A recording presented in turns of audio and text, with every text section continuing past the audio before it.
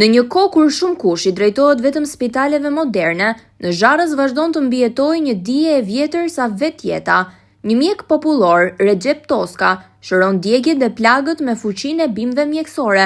Kush është Recep Toska dhe çfarë fshihet pas këtij zanati të trashëguar? Sot do të njohim nga afër mjekun popullor Recep Toska dhe punën e tij. Trashëgimia e dijes popullore mbetet një pasuri e çmuar që vazhdon të jetojë fal njerëzve që e ruajnë dhe e përcjellin atë. Rasti i Recep Toskës është një shembull i kësaj vazhdimësie ku përvoja ndër vite bashkëton me besimin e njerëzve, duke kaluar tashmë dhe tek brezi i ri, tek djali dhe vajza. Popullor Recep Toska. Kush është Recep Toska dhe çfarë fshihet pas këtij zanati të trashëguar? Zoti Toska, si ka nisur rrugëtimi juaj në shërbimin e djegjes dhe si është trashëguar ky zanat në familjen tuaj ndër breza?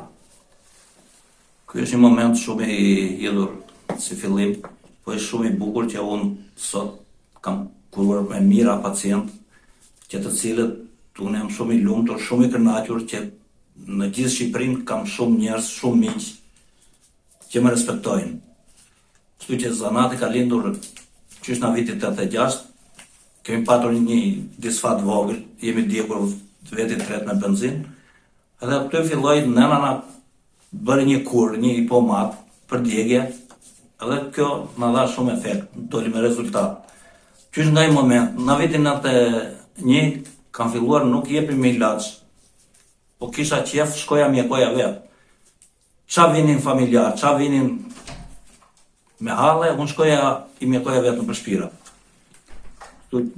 Pra shtysa juaj ka qenë nëna juaj. Po. Ajo përgatiti për të parë një ilaç ose pomad nga bimët mjekësore për të kuruar ju. Po. Edhe aty filloi ajo historia. Vinin njerëz nga viti 86 deri në 90 vinin njerëz që kishin hall, kishin probleme. Merrnin veshje në Zharës dikush bënte një pomad për djegje. Edhe vinin na gjenin, merrnin pomadën dhe shkonin, mbaronin hallin që kishin. Zoti Toska, cilat janë metodat dhe bimët mjekësore që ju përdorni për trajtimin e djegjeve të shkallëve të ndryshme dhe sa efektive janë ato krahasuar me mjekësinë moderne? Këto janë bimore janë gjitha që bëjnë këto pomatat.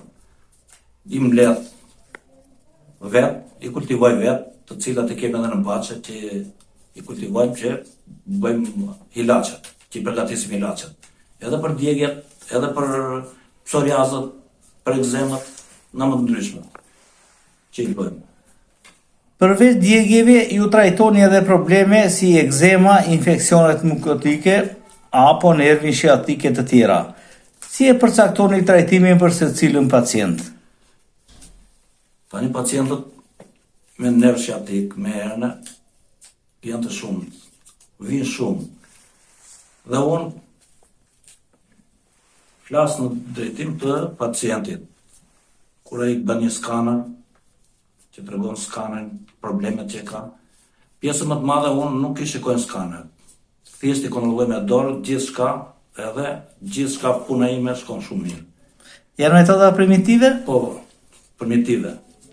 Është masazh me kremra, me gjela që ne i prodhoj vet, nuk kanë asnjë lloj zarari, janë me efekt shumë të fortë. Fuqishme. Çfarë garantie u jepin pacientëve? Garanci u jap se ata brenda 4 ditët, 5 ditësh çdo gjë ndryshon, që këtu vinë me shkopinj, vinë mi mbaj pe krau, edhe kur dalin që këtu, ikin shumë normal, bën shumë mirë, ndihen mirë, me pak fjalë. A ka raste konkrete që ju ka ngelur ju në mendje, ku ndërhyrja juaj ka bërë diferencën e madhe në shëndetin e pacientit? Raste ka pasur plot, të cilët kanë qenë të shtruar në spitale. Edhe kam një rast këtu që ka qenë i shtruar në Tiranë. Edhe këtu brenda 20 dite, ky person e shëruar edhe sot nuk ka asnjë shenjë. Po nuk është vetëm ky. Ka me qindra raste të tilla që unë i kuroj, edhe pjesa më e madhe, 90% janë që nuk ngelen shenja. Ka shumë pacient të tillë. Kështu që gjëja më e bukur është Po ka pa fund rast. Ka pa fund, mund të kenë arritur mbi 50.000 pacient që unë i kam, ja këta në kishta për të prerë, të cilët me trajtimin që i kemi bërë me ilaçe, gishtat janë në vendin e dur. Kemi një rast tu, ka qenë në Tiranë, i shtruar, është djegu me benzin, ky shumë shpejt, e shishiruar. Do në rastet janë të pafund, si kanë qenë si janë bërë, kanë nga gjithë Shqipëria që vinë. Kështu që janë të pafund të rastet. Janë dhe me datë, që brenda javës, brenda 10 ditë, ky person është verë pyet prapë. Po pas ka shumë raste dhe që njerëzit janë rikthyer gjendjes së mparshme, madje edhe më shumë janë zbukuruar. Po, janë verë të bukur.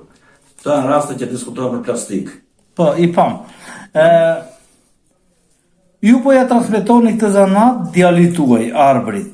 Sa e rëndësishme është ruajtja e kësaj traditje dhe si e shihni të ardhmen e këtij profesioni ose këtij zanati? Kjo është një mrekulli për mua, që kam kaluar me mira pacient. Djalin e kam i fermier, edhe vajzën të dy, u kam trashëguar zanatin të dyve. Djalin e pata në Gjermani, punojme për rreth 8 vjet. Po shkëput nga Gjermania tani, po vjen, po punon këtu, po punojmë të dy bashkë. Tani do më vjen dhe vajza dhe gjithçka do shkoj mirë. Do krijoni një ekip për trajtimin e djegjeve, Edhe me forma primitive, me bimë të ndryshme medicinale dhe pomada të krijuar nga ju. të kryer, i kryoj vetë. Edhe djali i prodhon vetë, edhe vajza i prodhon vetë të ilaçe. Kështu që nuk trememi për këtë punë. Ju urojmë sukses, doktor Faleminderit. Gjepi, dhe shpresoj që të bëni më të mirë jo vetëm në aspektin Faleminderit. e profesionit, por edhe në atë human. Këtu nuk është se kemi kuruar thjesht një nga fshati. Këtu kemi kuruar edhe deputet, edhe ministra, edhe kryetar bashkie, gjithë kanë kaluar shumë një pjesë e madhe ndërtime. Duar tua i kanë kaluar këto raste? Shumë. Kështu që të gjithë e dinë, të gjithë më njohin, nuk tremen për këtë punë që unë bëjmë. Se këto janë ëndra. Shumë mjek popullor mund të ketë Shqipëri, po me këto që bëj unë, këto janë ëndra. Nuk i bën askush. Të gjithë shesim barna, shesim ilaçe, dërsa unë nuk i shes. Unë i prodhoj edhe unë i kuroj vetë. Kështu që unë jam shumë i kënaqur, gjithandej, gjithë mban Shqipërisë. Dhe i bëj thirrje me deputet, me kryetar bashkie, me gjithçka ministra, çka kam kaluar dorë, unë jam shumë i kënaqur me këta miqt që më thënë. Ju falenderoj, ju uroj sukses pafund, ju dhe fëmijëve tuaj. Faleminderit.